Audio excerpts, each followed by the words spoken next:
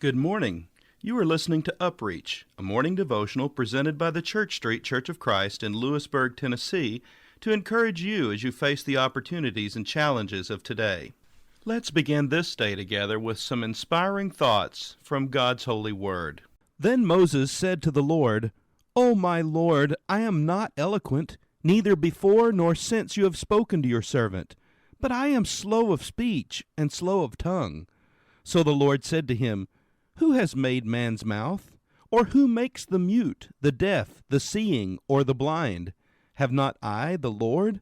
Now therefore go, and I will be with your mouth, and teach you what you shall say. Exodus chapter 4, verses 10 through 12. Paul is quite certainly not a handsome man.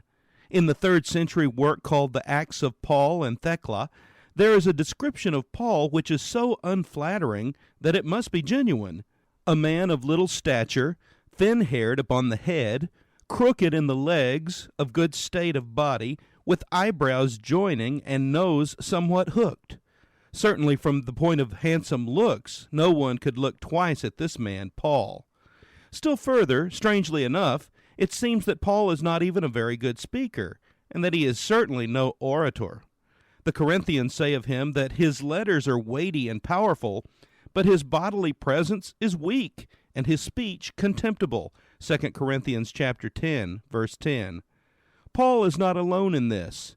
One of the most crowd-drawing preachers Scotland has ever seen was Thomas Chalmers, and they said of him that when he preached, he never lifted his head from his manuscript, that he actually followed the line he was reading with his finger as he read, and that he read in a broad Fifeshire accent, innocent of any elocutionary attraction.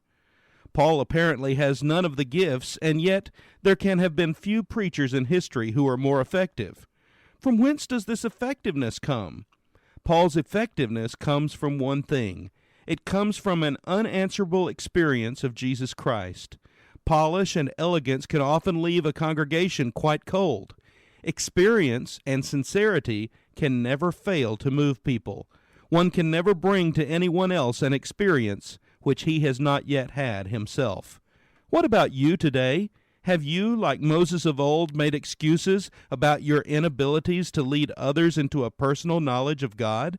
Remember, it is God who changes you, and it is God who, through you, longs to change others. Will you allow him to work on you, in you, and through you today? This has been UpReach, a presentation of the Church Street Church of Christ in Lewisburg, Tennessee.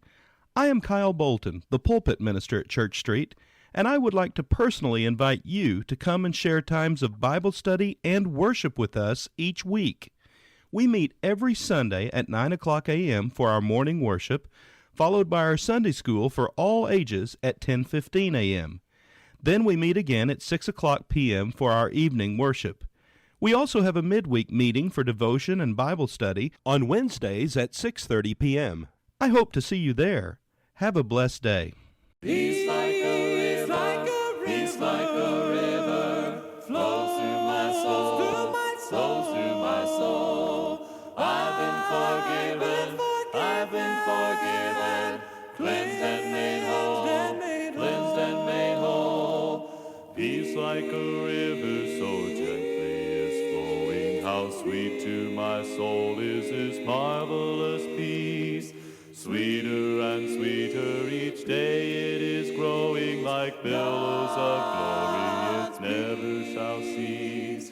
Filled with the Spirit, filled with the Spirit, I am so glad, happy and glad. Jesus has given, sweetly has given, wonderful peace, wonderful peace. Peace like a river so gently is flowing, how sweet to my soul is this marvelous peace. Sweeter and sweeter each day it is growing, like billows of glory it never shall cease. Filled with the Spirit,